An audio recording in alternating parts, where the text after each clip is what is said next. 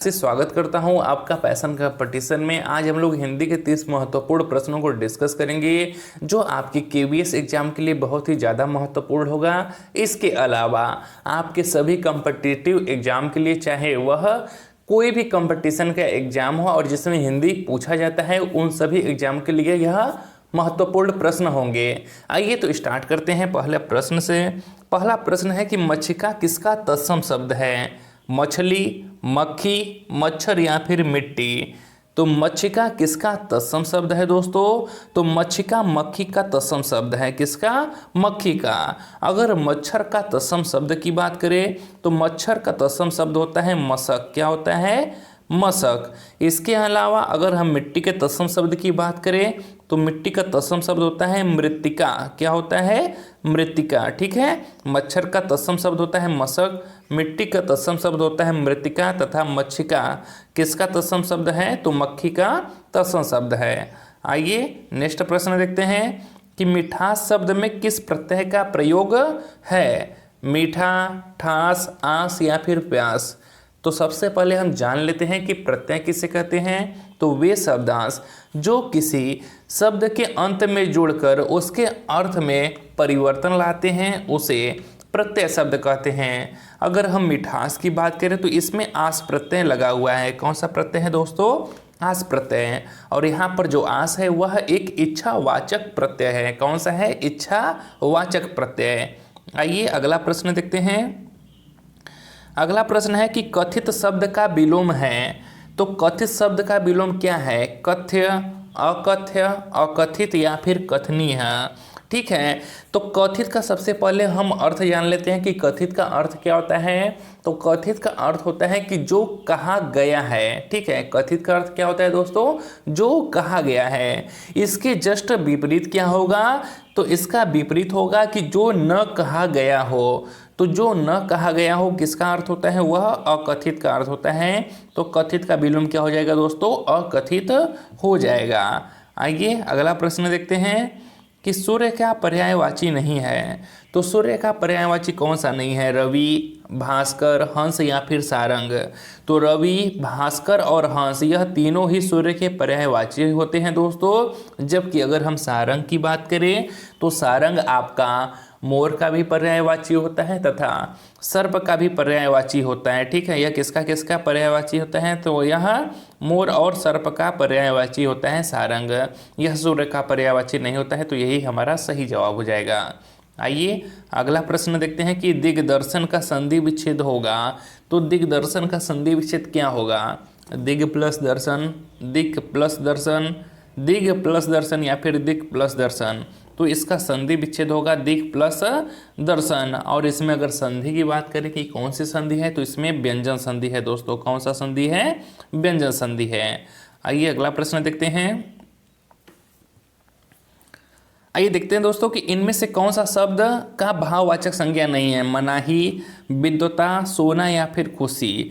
तो यहाँ पर दोस्तों सोना आपका जो है यह एक द्रव्यवाचक संज्ञा है। कौन सा संज्ञा है? यह द्रव्यवाचक संज्ञा है। इसके अतिरिक्त अगर हम द्रव्यवाचक संज्ञा की बात करें तो सोना हो गया, चांदी हो गया, पानी हो गया। ठीक है। ये सब आपके द्रव्यवाचक संज्ञा में आते हैं कि जिस संज्ञा से माप तौल वाली वस्तु का बोध होता है तो उसे क्या कहते हैं? द्रव्यवाचक संज्ञा कहते हैं। जबकि आपका मनाही, विद्वता और खुशी यह भाववाचक संज्ञा के अंतर्गत आते हैं। अगर हम भाववाचक संज्ञा की परिभाषा की बात करें तो जिस संज्ञा से पदार्थ में पाए जाने वाले गुण, धर्म, अवस्था अथवा व्यवहार का बोध होता है उसे भाववाचक संज्ञा कहते हैं। जैसे में आपका मनाही आ जाएगा, विद्वता आ जाएगा, खुशी आ जाएगा, मानवता आ जाएगा और बुढ़ापा आ जाएगा, पशुता आ जाएगा। ठीक है दोस्तों। यह सब किसके उदाहरण हैं? तो यह आपके भाववाचक संज्ञा के उदाहरण हैं।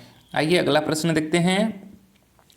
पशु चर रहे हैं रेखांकित पद है। तो यहाँ पर पशु के नीचे आपका रेखांकित पद है। तो आपको बताना है कि पशु कौन सा पद है? व्यक्तिवाचक संज्ञा, जातिवाचक संज्ञा, भाववाचक संज्ञा या फिर द्रव्यवाचक संज्ञा। ठीक है दोस्तों।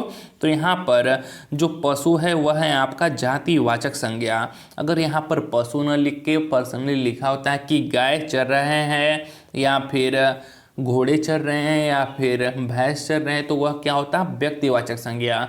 किंतु यहाँ पर क्या लिखा गया है, आपका पशु चर रहे हैं, तो यह पूरी जाति को दर्शा रहे हैं दोस्तों, तो यह क्या हो जाएगा, आपका जातिवाचक संज्ञा हो जाएगा। आइए अगला प्रश्न देखते हैं। अगला प्रश्न है कि आप भला तो जग भला वाक्य में रेखांकित शब्द कौन सा सर्वनाम है। तो आप भला तो जग भला में यहाँ पर आपके नीचे रेखांकित शब्द है दोस्तों, ठीक है। तो इसमें यह कौन सा सर्वनाम है, यह निजवाचक सर्वनाम है। अगर हम निजवाचक सर्वनाम की बात करें तो जिन शब्दों का प्रयोग वक्ता स्वयं के लिए करता है उसे निजवाचक सर्वनाम कहते हैं। जैसे आप भला तो जग भला, अपने आप, अपना, ये सब क्या होते हैं, निजवाचक सर्वनाम होते हैं। आइए अगला प्रश्न देखते हैं। अगला प्रश्न है कि कौन सा सर्वनाम का भेद नहीं है, पुरुषवाचक, गुणवाचक, निजवाचक या प्रश्नवाचक। तो सर्वनाम के कुल 6 भेद होते हैं दोस्तों, जिसमें आपका पुरुषवाचक, निश्चयवाचक, अनिश्चयवाचक, संबंधवाचक, प्रश्नवाचक तथा निजवाचक आता है। किंतु गुणवाचक यह सर्वनाम का भेद नहीं होता है, बल्कि यह विशेषण का भेद होता है दोस्तों, ठीक है। तो इसका सही जवाब हो जाएगा गुणवाचक। आइए अगला देखते हैं कि स्त्री शब्द का विशेषण है। तो स्त्री शब्द का विशेषण क्या होगा, स्त्री, स्त्रीय, स्त्रैण या फिर स्त्रैण। तो स्त्री शब्द का जो विशेषण होगा वह होगा स्त्रैण। कौन सा होगा दोस्तों, स्त्रैण। आइए अगला प्रश्न देखते हैं कि निम्नलिखित में से कौन सा संयुक्त स्वर नहीं है, ठीक है। तो इनमें से आपको बताना है कि कौन सा संयुक्त स्वर नहीं है, ए उ या फिर ओ, ठीक है दोस्तों। तो यहाँ पर आपका ओ संयुक्त स्वर नहीं है। संयुक्त स्वर की बात करें तो संयुक्त स्वरों की संख्या 4 होती है, जिसमें आपका ए ओ और औ आता है, ठीक है दोस्तों। कौन कौन सा होता है, ए ओ और औ 4 संयुक्त स्वर होते हैं, जबकि अगर उ की बात करें तो यह आपका दीर्घ स्वर होता है। आइए अगला प्रश्न देखते हैं। अगला प्रश्न है कि जब कर्ता एक कैरियर समाप्त कर उसी क्षण दूसरी क्रिया में प्रवृत्त होता है तब पहली क्रिया क्या कहलाती है, सहायक क्रिया, नामबोधक क्रिया, पूर्वकालिक क्रिया या भूतकालिक क्रिया। तो जब कर्ता एक क्रिया समाप्त कर उसी क्षण दूसरी क्रिया में प्रवृत्त होता है तब पहली क्रिया पूर्वकालिक क्रिया कहलाती है। क्या कहलाती है दोस्तों, पूर्वकालिक क्रिया कहलाती है। जैसे अगर हम उदाहरण की बात करें तो उसने नहाकर भोजन किया, यानी कि उसने तुरंत नहाकर क्या किया, अगला कार्य किया, ठीक है। तो यहाँ पर नहाकर क्या हो जाएगा, पूर्वकालिक क्रिया होगा, क्योंकि इसमें नहाने की क्रिया की समाप्ति के साथ ही भोजन करने की क्रिया का बोध हो रहा है, ठीक है। आइए अगला प्रश्न देखते हैं।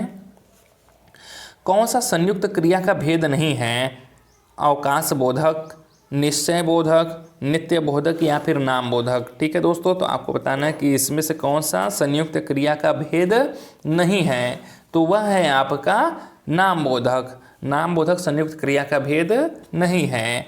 आइए अगला प्रश्न देखते हैं कि बर्बर का विलोम शब्द है। तो बर्बर का विलोम शब्द क्या होगा, बर्बर का विलोम शब्द होता है सभ्य, ठीक है। अगर हम दुर्बल की विलोम शब्द की बात करें तो दुर्बल का विलोम शब्द होता है सबल, और ऐसे ही अगर निर्मल का विलोम शब्द की बात करें तो निर्मल का विलोम शब्द होता है मलिन। ऐसे ही सुंदर के विलोम शब्द की बात करें तो सुंदर का विलोम शब्द होता है कुरूप। क्या होता है, कुरूप। आइए अगला प्रश्न देखते हैं। उद्धत का विलोम शब्द होगा, उद्धत का जो अर्थ होता है वो होता है उदंड। क्या होता है, उदंड। तो उद्धत का विलोम शब्द क्या होगा, वह होता है विनीत। क्या होता है दोस्तों, विनीत होता है। आइए अगला प्रश्न देखते हैं। अगला है कि निम्नलिखित में से कौन सा शब्द स्त्रीलिंग है, फुटपाथ, स्कूल, स्टोव या फिर केतली। तो कौन सा इसमें से आपका स्त्रीलिंग है, वह है केतली। कौन सा, केतली। जबकि फुटपाथ, स्कूल और स्टोव यह क्या है, यह पुल्लिंग के उदाहरण है। आइए अगला प्रश्न देखते हैं कि निम्नलिखित में से कौन सा शब्द पुल्लिंग है, कौन सा शब्द पुल्लिंग है, दया, माया, भाषा या फिर आभार। तो इसमें जो आपका आभार शब्द है दोस्तों वह क्या है, पुल्लिंग है, जबकि दया, माया, भाषा यह सब क्या है, यह स्त्रीलिंग है, ठीक है। आइए अगला प्रश्न देखते हैं कि कवि शब्द का स्त्रीलिंग रूप है। तो यह कई एग्जामों में बार बार पूछा जाता है, तो सभी बच्चों को पता ही होगा कि कवि का स्त्रीलिंग रूप क्या होता है, वह होता है कवयित्री। क्या होता है दोस्तों, कवयित्री। आइए अगला प्रश्न देखते हैं कि निम्नलिखित में से कौन सा शब्द बहुवचन है। तो यह भी बार बार पूछा जाने वाला प्रश्न है दोस्तों। पौधा, लड़का, प्राण या फिर पुस्तक। तो यहाँ पर जो आपका प्राण होता है यह बहुवचन होता है। इसके अलावा आपका जो आँखें होता है दोस्तों यह भी हमेशा बहुवचन में होता है। ऐसे ही अनेक होता है, यह भी आपका बहुवचन होता है। इसके अलावा अगर दर्शन की बात करें तो यह सारे शब्द हमेशा बहुवचन में ही प्रयोग होते हैं। आइए अगला प्रश्न देखते हैं कि हास का विलोम शब्द है। तो हास का विलोम शब्द क्या होगा? बिहास, अहास, निहास या फिर रुदन। तो हास का जो विलोम शब्द होगा वह होगा रुदन। क्या होगा? रुदन। आइए अगला प्रश्न देखते हैं कि निम्नलिखित में से कौन सा समुद्र का पर्यायवाची नहीं है। तो कौन सा नहीं है? अम्बुद, पारावार, अर्णव या फिर पयोधी। ठीक है दोस्तों, तो इसमें जो अम्बुद है यह समुद्र का पर्यायवाची नहीं है, बल्कि यह बादल का पर्यायवाची है। किसका है दोस्तों? बादल का है। जबकि पारावार, अर्णव और पयोधी यह समुद्र का पर्यायवाची है। इसके अलावा भी अगर हम समुद्र के पर्यायवाची की बात करें तो होता है अम्बुधि, उदधि, जलधि, नदीस, ठीक है, जलधाम। ये सब क्या होते हैं? समुद्र के पर्यायवाची होते हैं। आइए अगला देखते हैं कि आकाश का पर्यायवाची नहीं है। तो आकाश का पर्यायवाची कौन सा नहीं है? व्योम, गगन, रसाल या फिर नभ। तो आपका व्योम, गगन और नभ यह आकाश के पर्यायवाची होते हैं दोस्तों। जबकि आपका रसाल आम का पर्यायवाची होता है। किसका? आम का पर्यायवाची होता है। यह आकाश का पर्यायवाची नहीं है। आइए अगला प्रश्न देखते हैं कि पत्थर का पर्यायवाची नहीं है। तो पत्थर का पर्यायवाची कौन सा नहीं है? पाहन, उपल, पाषाण या फिर उरग। तो पाहन, उपल और पाषाण यह पत्थर का पर्यायवाची है। जबकि उरग यह सर्प का पर्यायवाची है दोस्तों। किसका? यह सर्प का पर्यायवाची होता है। आइए, तो यही सही जवाब हो जाएगा। आइए अगला प्रश्न करते हैं। अवनी का विलोम शब्द कौन सा है? अमन, चक्षु, अग्नि या फिर अंबर। तो अवनी, अवनी मतलब होता है पृथ्वी, पृथ्वी का विलोम होता है आकाश। तो अवनी का विलोम क्या हो जाएगा? अंबर। ठीक है, अवनी का विलोम क्या हो जाएगा? अंबर। आइए अगला प्रश्न देखते हैं कि जिसे प्रमाण द्वारा सिद्ध न किया जा सके उसके लिए सही शब्द है। तो उसके लिए कौन सा सही शब्द है? अप्रमाणित, अनुप्रमेय, अप्रमेय या फिर अप्रमाणिक। तो उसका सही जवाब होगा अप्रमेय। जिसे प्रमाण द्वारा सिद्ध न किया जा सके उसके लिए सही शब्द होगा अप्रमेय। जबकि अप्रमाणित की बात करें तो इसका अर्थ होता है कि जो प्रमाणित न हो, जो प्रमाणित न हो वह क्या होता है? अप्रमाणित। आइए नेक्स्ट क्वेश्चन देखते हैं कि माता पिता अपने बच्चों के लिए कड़ी मेहनत करते हैं। रेखांकित शब्द क्या है? तो यहाँ पर जो रेखांकित शब्द है यह क्या है? विशेषण, परसर्ग, सर्वनाम या फिर संज्ञा। तो यह क्या है दोस्तों? यह है परसर्ग। क्या है? यह है आपका परसर्ग। आइए अगला प्रश्न देखते हैं कि धूल झोंकना का अर्थ है। तो धूल झोंकना का अर्थ क्या होता है? धोखा देना, उपद्रव करना, मान न देना या फिर घमंड दिखाना। तो धूल झोंकना का अर्थ होता है धोखा देना। क्या होता है? धोखा देना। आइए अगला देखते हैं कि गंगा तट पर कुछ लोग भजन कर रहे थे। रेखांकित शब्द में कौन सा समास है? तो यहाँ पर आपको बताना है कि गंगा तट में कौन सा समास है? द्वंद्व समास, तत्पुरुष, कर्मधारय या फिर अव्ययीभाव समास। तो यहाँ पर गंगा तट में दोस्तों आपका तत्पुरुष समास है। कौन सा समास है?